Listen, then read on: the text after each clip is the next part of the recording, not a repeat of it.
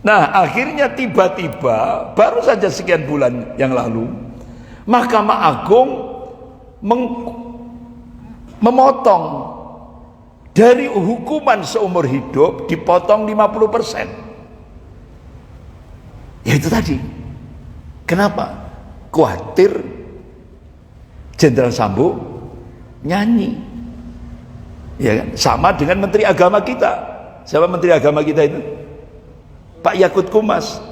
Nah, kenapa Pak Yakut Kumas langsung hilang sampai sekarang? Ya kan? Khawatir nyanyi. Karena kalau nyanyi mesti yang dicokot siapa? Mr. Mulyono. Belum lagi yaitu dana haji yang kebetulan itu penjualan yang sebenarnya itu milik umat Islam yang berangkat haji yang reguler, dijual oleh Menteri Agama untuk VIP ribuan itu, Pak. Itu berapa M atau berapaan itu, sampai seperti itu. Nah, akhirnya tidak menutup kemungkinan nanti 17 Agustus 2025 Jenderal Sambo akan dapat remisi. Ya kan? Dapat remisi. Ya otomatis kalau sudah dapat remisi bebas. Nah, itulah hukum di Indonesia. Jadi tumpul ke atas, tajam ke bawah.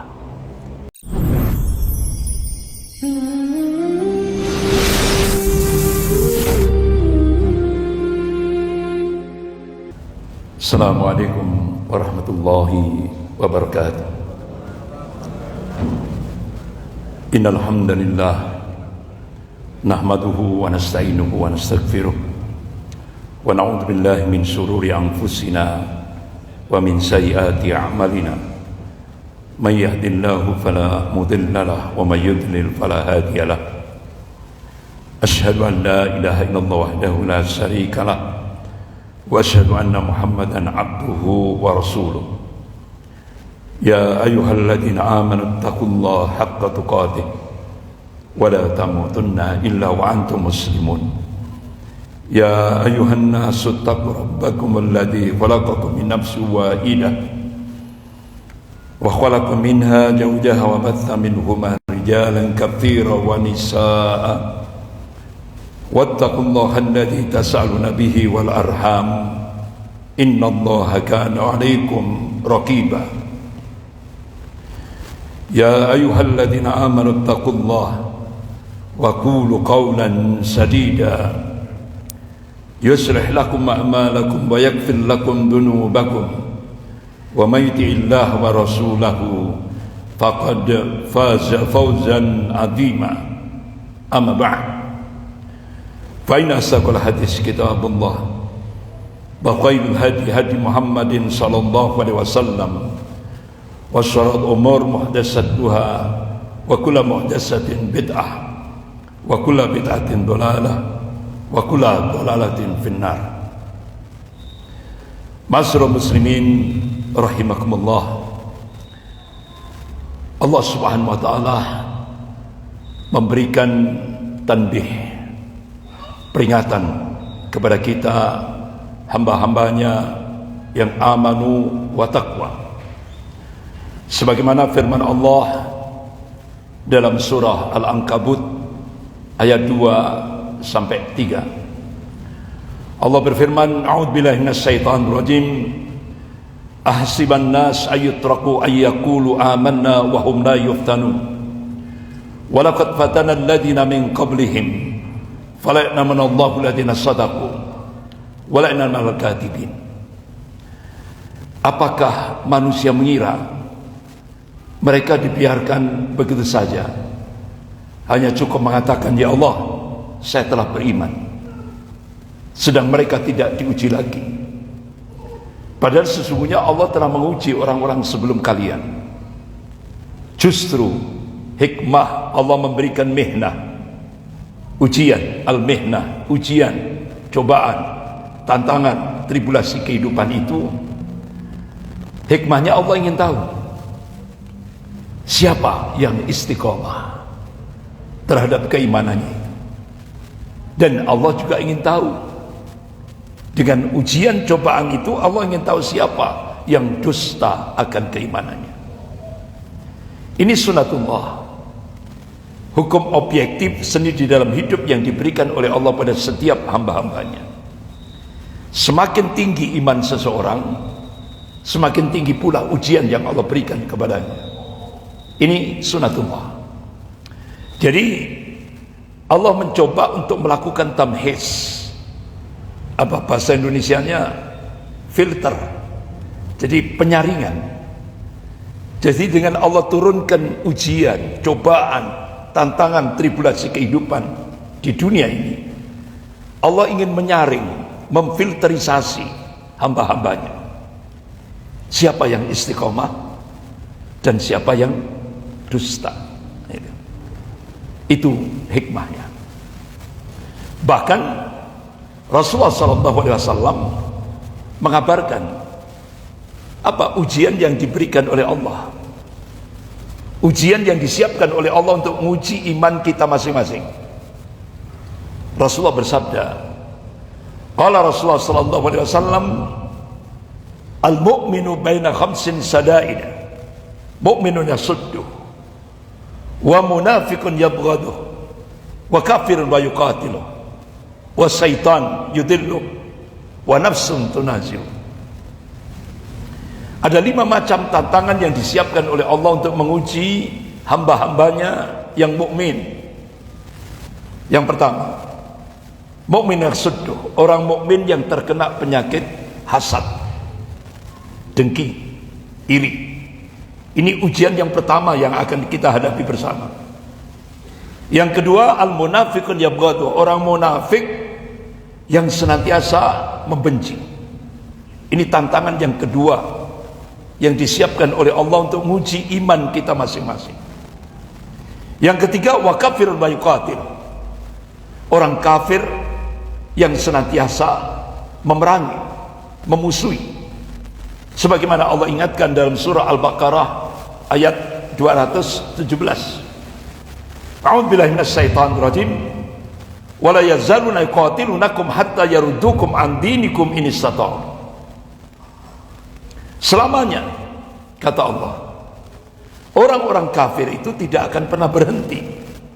Yuqatilunakum, kata Allah, memerangi umat Islam ini. Hatta yaruddukum an dinikum in istata'u. Sampai umat Islam ini murtad dari agamanya seandainya mereka sanggup. Kemudian yang keempat, wasyaitan yudillu, Allah menguji dengan setan yang senantiasa menyesatkan. Apalagi Rasulullah sudah memberikan kabar, qala Rasulullah sallallahu alaihi wasallam, inna syaitan yajri min ibni adam majrad. Ini hadis sahih riwayat Bukhari wa Muslim. Rasulullah mengabarkan setan itu bisa masuk ke tubuh kita lewat aliran darah kita. Oleh karena itu Rasulullah memberikan uswah, memberikan contoh konkret. Ba'da salat fardu, selesai kita zikir ba'da salat, lanjutkan baca ayat kursi, Al-Ikhlas, Al-Falaq, An-Nas. Ini yang dicontohkan oleh Rasulullah, supaya kita dilindungi oleh Allah dari gangguan setan, baik dari setan dalam bentuk jin maupun setan dalam bentuk manusia. Yang kelima, wa nafsun tunazu, tantangan yang kelima, nafsu yang senantiasa melawan. Oleh karena itu Allah ingatkan dalam surah Yusuf, a'udzubillahi minasyaitonir rajim, inna la'amratum bisu', apa, inna nafsala amratun bisu illa marahimallah. Sesungguhnya nafsu itu ngajak kepada perbuatan jahat, kecuali nafsu yang dirahmati oleh Allah. Nah, jadi Allah memacu kita, Allah memberikan motivasi kepada kita. Wala tahinu wala tahzanu wa antum a'launa in kuntum mu'minin. Jangan kamu pesimis, Jangan kamu merasa rendah, jangan kamu merasa terpinggir. Wa antumul a'launa, sesungguhnya tinggi derajatmu, kata Allah. In kuntum mu'minin, jika kalian beriman kepada Allah. Bahkan Allah berjanji kalau kita sudah beriman kepada Allah, sudah menjadi hamba Allah yang muwahhid, wa kana haqqan alaina nasrul mu'minin. Allah berjanji, sungguh kami, kata Allah, akan memenangkan golongan mukmin, pasti menang. Gitu. Golongan mukmin itu pasti menang, nggak pernah kalah, ya kan? Walaupun zahirnya, ya kan, kita kalah, tapi sebenarnya itu kemenangan. Mukmin itu pasti dimenangkan oleh Allah Subhanahu wa taala. Karena dia punya keyakinan wa man nasru illa min indillahil azizil hakim. Kemenangan itu datangnya dari Allah yang Maha Perkasa lagi Maha Bijaksana. Bapak-bapak, ibu-ibu yang dimuliakan Allah, sebelum kita membahas tentang bagaimana cara membangun kuatul ummah, saya mencoba untuk mengingatkan kembali peristiwa-peristiwa yang terjadi masa lalu. Gunanya apa? Kita jadikan ibrah, pelajaran. Untuk apa? Ketika kita menghadapi peristiwa itu kembali, kita sudah siap. Itu. Kenapa? Karena Allah sudah menegaskan sunnatullahi allati qad khalat min qabl wa lan tajid sunnahi tabdila. Allah sudah menegaskan sejarah akan berulang. Yang membedakan itu warna dan kualitasnya. Sejarah akan berulang. Makanya saya mencoba untuk setback, buka kembali kita ke belakang. Itu bisa kita jadikan sebagai ibrah, pelajaran, supaya nanti ke depan kita jangan sampai terperosok ke dalam lubang untuk kedua kalinya, seperti itu. Yang pertama, bapak-bapak, ibu-ibu yang dimuliakan Allah, saat ini saya mencoba untuk menjalin silaturahmi. Saat saya masih mahasiswa, qadarullah, saya dulu di ITN. Nih teman-teman beliau satu kampus sama beliau.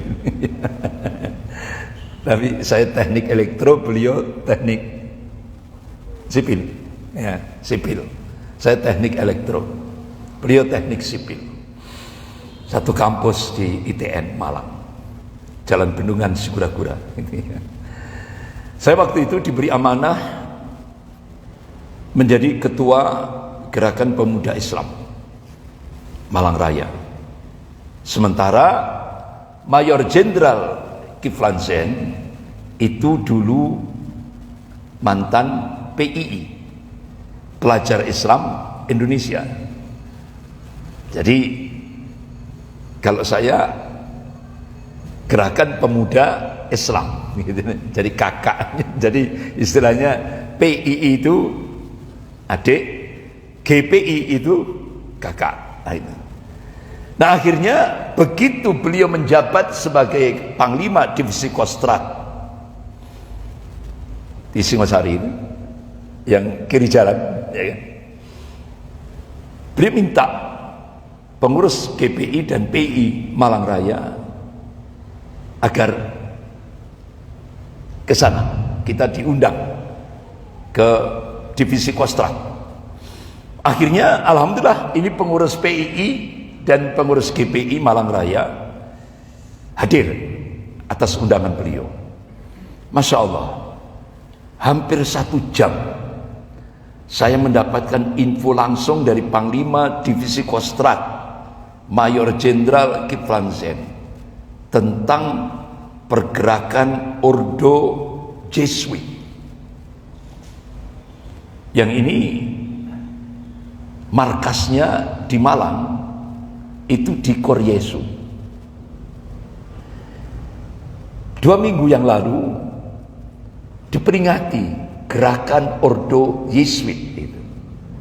Umurnya, organisasi itu umurnya yang 2 minggu yang lalu di Koryesu itu diperingati umurnya sudah 1025 tahun. Ini organisasi tua, Ordo Yesuit, organisasi tua. Kalau Zionisme Yahudi internasional itu 1600, ya kan? 1600 tahun. Artinya 1600 itu berdirinya, ya kan? Tahun 1600 itu berdiri. Nah, ini sampai hari ini sudah 1025 tahun gerakan Ordo Yesuit. Sangat benar-benar berperan aktif di Indonesia. Ya. Waktu itu saya dapat info langsung dari Mayor Jenderal Kiflan Zain, hampir 1 jam. Itu tokohnya di Indonesia itu adalah Jenderal Ali Murtopo yang direkrut oleh Peter Buck. Jadi tokoh gerakan Ordo Yesuit itu adalah Peter Buck, orang Belanda. Dia rekrut Jenderal Ali Murtopo.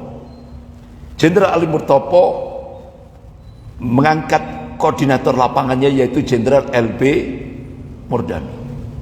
Jenderal LB Murdani mengkader Luhut Binsar Panjaitan dan Hendro Priyono yang sampai kemarin mengendalikan Mr. Mulyono. Jadi itu gerakan Ordo Yesuit luar biasa. Jadi mencoba saya angkat supaya kejadian itu tidak terulang lagi di Indonesia. Jadi gerakan Ordo Yesuit ini telah membunuh umat Islam di Indonesia ini sudah hampir ribuan, dari Sabang sampai Merauke. Artinya dari beberapa tempat terutama Jawa, Aceh, Lampung, ya kan? Ini yang dijadikan target. Ribuan. Nanti kita coba bagaimana gerakan Ordo Yesuit di Indonesia. Ini benar-benar peristiwa yang harus kita jadikan ibrah. Jangan sampai terulang lagi di Indonesia. Bapak-bapak, ibu-ibu yang dimuliakan Allah. Kemudian yang kedua, saya mencoba untuk silaturahmi di tempat kediaman Habib Rizik Syihab di Mekah. Saat itu beliau berada di Mekah Al-Mukarramah bulan Januari 2019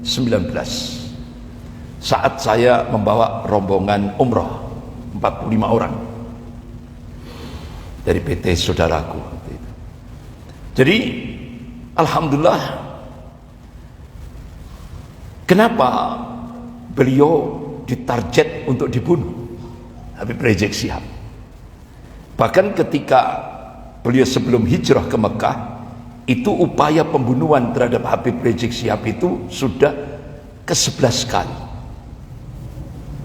Habis itu beliau hijrah ke Mekah. Jadi ba'da salat subuh berjamaah, beliau langsung ke perpustakaan pribadi untuk mengkaji kitab-kitab. Pakai sniper, ditembak pakai sniper. Alhamdulillah, Allah berikan keselamatan, meleset, tapi kaca pecah, meleset. Keesokan harinya seorang brimob mati bunuh diri. Nah, itu. Saya waktu itu punya analisis, tidak mungkin bunuh diri, pasti dibunuh untuk menghilangkan jejak. Itu. Sehingga akhirnya tokoh-tokoh intelijen Muslim di Indonesia dan tokoh-tokoh nasional minta kepada Habib Rizik Syihab, karena beliau aset umat, beliau diminta segera hijrah ke Mekah.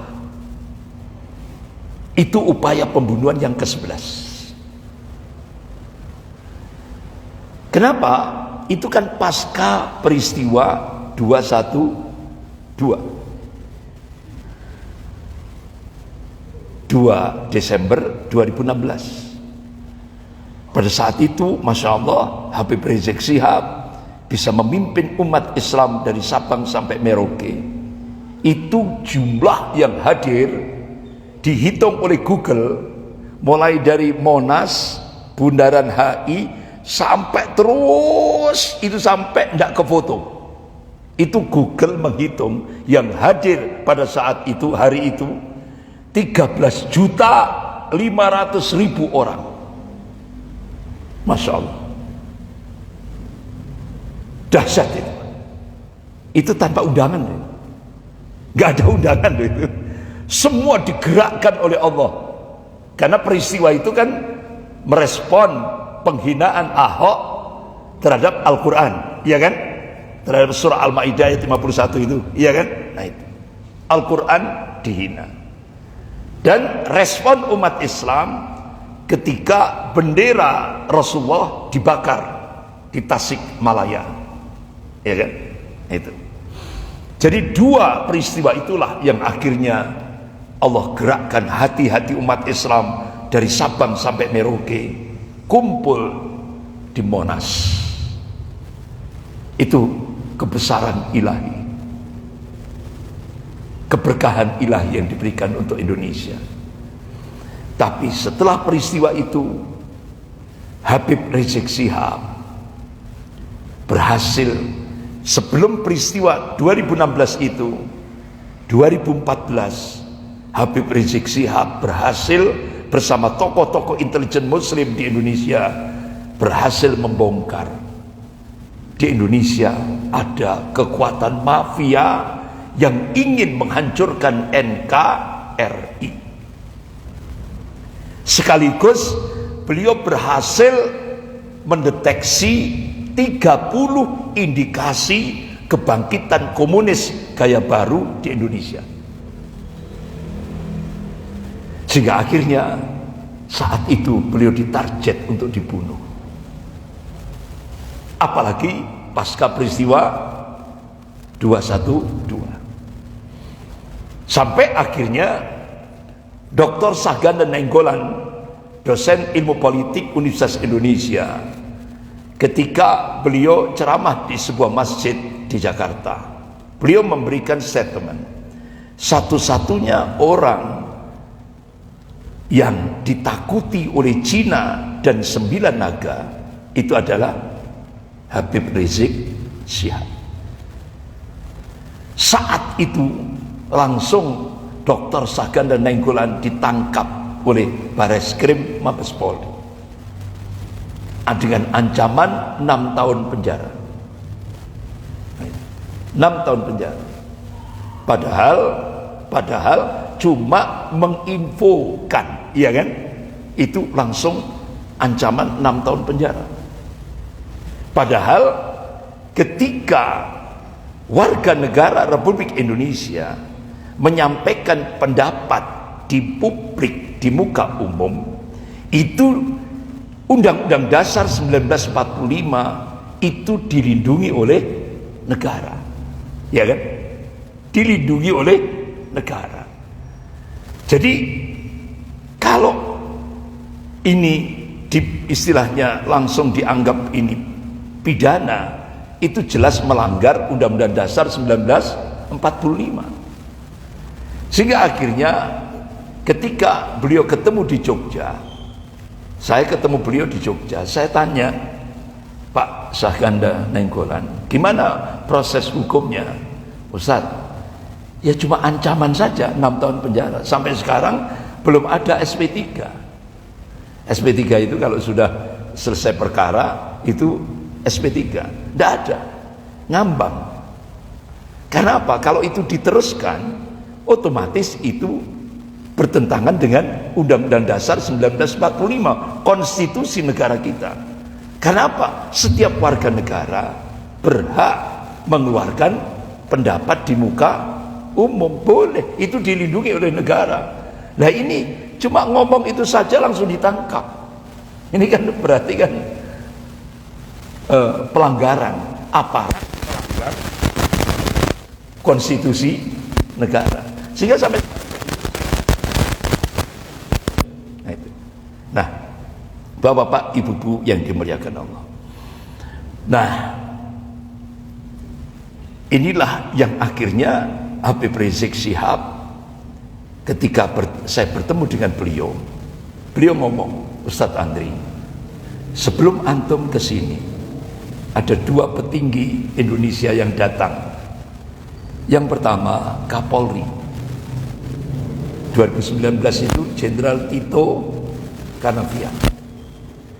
Yang kedua Kepala BIN, Badan Intelijen Negara, Jenderal Budi. Nah, akhirnya disepakati Mekah itu di sebuah hotel lantai 16. Akhirnya Habib Rizik Syihab masuk di lantai 16 itu semuanya. Itu Habib Rizik Syihab rasa tidak enak. Ini Basirah. Beliau minta segera dipindah ke hotel yang lain. Alhamdulillah, beliau diselamatkan oleh Allah dari jebakan intelijen. Sampai di hotel itu, akhirnya tanya, ada apa? Apa jawaban dua jenderal ini? Habib, kami mohon untuk tetap di Mekah, jangan pulang ke Indonesia. Kami siapkan apa itu? Fulus, otomatis cek, ya. Itu nilainya tidak M tapi T, triliun. Apa respon Habib Rizik? Kalau tidak salah 2T. Ditolak sama beliau. Saya tetap akan pulang ke Indonesia, ingin menyelamatkan Indonesia dari cengkraman imperialisme Cina dan oligarki 9 naga. Itu jawaban beliau. Singkat cerita, beliau pulang ke Indonesia. Sampai Bandara Soekarno-Hatta lumpuh total karena saking banyaknya yang nyambut, sehingga penerbangan itu tertunda semuanya karena penumpangnya tidak bisa masuk, karena mulai dari pintu gerbang bandara sampai menuju bandara itu penuh dengan ratusan ribu yang menyambut Habib Rizik Syihab. Sehingga akhir beliau ditarget, ya kan? Upaya pembunuhan yang ke-12. Tidak tahunya saat beliau di pondok pesantren Megamendung di Bogor, ada upaya pembunuhan yang ke-12. Apa? Pakai pesawat drone. Bunuhnya itu pakai pesawat drone. Alhamdulillah, pengawal-pengawal Habib Rizik Syihab cekatan. 3 anggota BIN, 2 dari Jawa Tengah dan 1 dari DKI berhasil ditangkap. Termasuk pesawat drone-nya berhasil disita.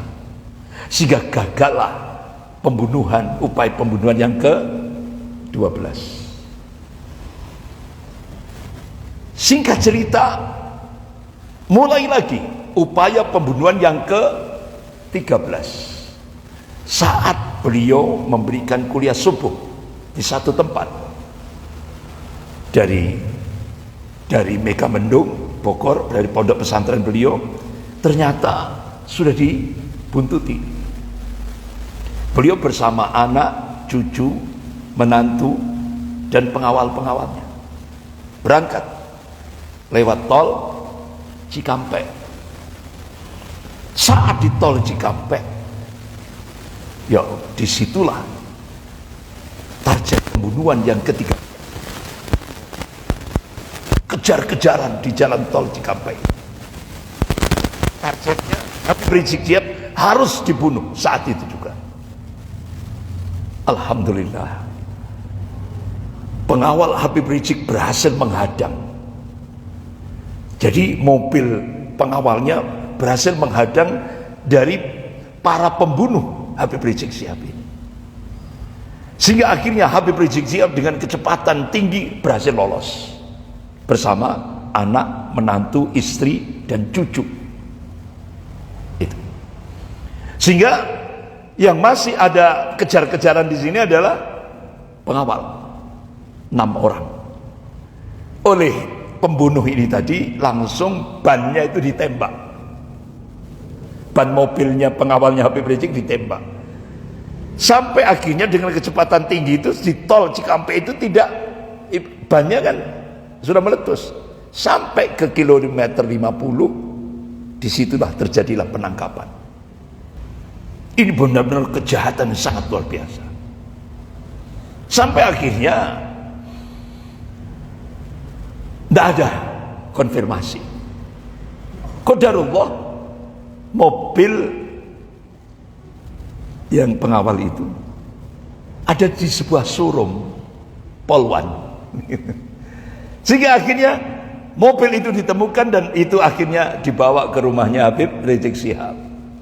Saya melihat sendiri di rumahnya Habib Rizik Syihab itu ada mobil yang itu informasi yang disampaikan oleh aparat ke publik, pengawal ini melawan petugas. Tapi kalau bapak ibu melihat kondisi mobilnya, bukan melawan petugas, justru mobil ini ditembak, lubang-lubang tembakan oleh aparat itu ya, itu mengenai mobil pengawal ini itu banyak sekali, sampai bannya juga. Itu nampak jelas, bukan melawan petugas. Tidak ada pengawal Habib Rizik yang membawa senjata tajam, itu tidak ada. Semua tangan kosong. Nah, itulah yang terjadi. Akhirnya wa makarallah wallahu khairul makirin. Mereka membuat makar, tapi Allah balas makar mereka dan Allah sebaik-baik membuat makar. Akhirnya terbongkar rahasia itu. Bagaimana caranya Allah membongkar kasus itu? Ternyata yang membunuh pengawal Habib Rizik ini adalah anak buahnya atas perintah Jenderal Sambo. Jadi caranya Allah membongkar itu rapi sekali. Terjadi perselingkuhan Sambo istrinya, sehingga Yosua itu kan bersama istrinya Jenderal Sambo melihat langsung perselingkuhan itu yang dilakukan oleh Jenderal Sambo. Dari situlah terbongkar kasus di pengadilan, sehingga ternyata CCTV kilometer kejadian pembantaian pengawal Habib Rizik Syihab dengan CCTV yang ada di rumahnya Jenderal Sambo, orangnya cuma satu, yaitu Aceh, itu anak buahnya Jenderal Sambo, terbongkar di sidang pengadilan. Sehingga akhirnya sampai sekarang orang-orang yang membunuh pengawal Habib Rizik Syihab itu adalah kesatuannya Jenderal Sambo. Sehingga akhirnya bapak-bapak, ibu yang dimuliakan Allah, sampai dalam persidangan Jenderal Sambo langsung diketok palu hukuman mati. Tok. Apa yang terjadi? Jenderal Sambo ngancam, kalau saya jadi dihukum mati, saya akan bongkar buku hitam. Nah, buku hitam itu apa? Ternyata yang memerintahkan pembunuhan terhadap 6 pengawal Habib Rizik Syihab itu adalah Mister Mulyono. Sehingga akhirnya hakim merubah dari hukuman mati jadi hukuman seumur hidup. Sampai akhirnya hakim langsung memutuskan saat ini juga Jenderal Sambo harus langsung masuk LP Cipinang. Nah, di sana di LP Cipinang itu ada Alvin Lee, yang advokat orang Cina itu. Itu kan sudah dipenjara duluan, dikena kasus kan itu. Loh, ditunggu sama dia. Loh, mana Jenderal Sambo kok enggak ada? Enggak ada. Saya waktu itu dapat info A1 langsung saya sampaikan di pengajian Ahad pagi itu. Nah, akhirnya tiba-tiba baru saja sekian bulan yang lalu Mahkamah Agung memotong dari hukuman seumur hidup, dipotong 50%. Ya itu tadi. Kenapa? Khawatir Jenderal Sambo nyanyi. Ya kan? Sama dengan Menteri Agama kita. Siapa Menteri Agama kita itu? Pak Yakut Kumas. Nah, kenapa Pak Yakut Kumas langsung hilang sampai sekarang? Ya kan? Khawatir nyanyi. Karena kalau nyanyi mesti yang dicokot siapa? Mr. Mulyono. Belum lagi yaitu dana haji yang kebetulan itu penjualan yang sebenarnya itu milik umat Islam yang berangkat haji yang reguler, dijual oleh Menteri Agama untuk VIP ribuan itu, Pak. Itu berapa M atau berapaan itu, sampai seperti itu. Nah, akhirnya tidak menutup kemungkinan nanti 17 Agustus 2025 Jenderal Sambo akan dapat remisi. Ya kan? Dapat remisi. Ya otomatis kalau sudah dapat remisi bebas. Nah, itulah hukum di Indonesia. Jadi tumpul ke atas, tajam ke bawah. Ya, beda dengan nenek saya ini. Nenek saya ini yang situ Bondo itu, karena dia lapar, beliau lapar, khawatir meninggal, dia masuk ke hutan, ambil satu pohon, ya kan, pohon ditebang, dijual, ketangkap oleh polisi hutan, langsung ditahan sampai persidangan, langsung divonis 1 tahun, gara-gara ngambil satu pohon untuk makan karena lapar. Sementara konglomerat Cina di Kalimantan bakar 20.000 hektar bebas. Kenapa? Karena dia pakai KUHP, kasih uang habis perkara, bebas. Nah, inilah hukum di Indonesia. Bapak-bapak, ibu-ibu yang dimuliakan Allah, insya Allah kita lanjutkan Jumat pertama. Sekian, kita akhiri dengan bacaan hamdalah dan doa kafarat majlis. Alhamdulillahirabbil alamin. Subhanakallahumma wa bihamdika asyhadu an la ilaha illa anta astaghfiruka wa atubu ilaik. Wabillahi taufiq wal hidayah.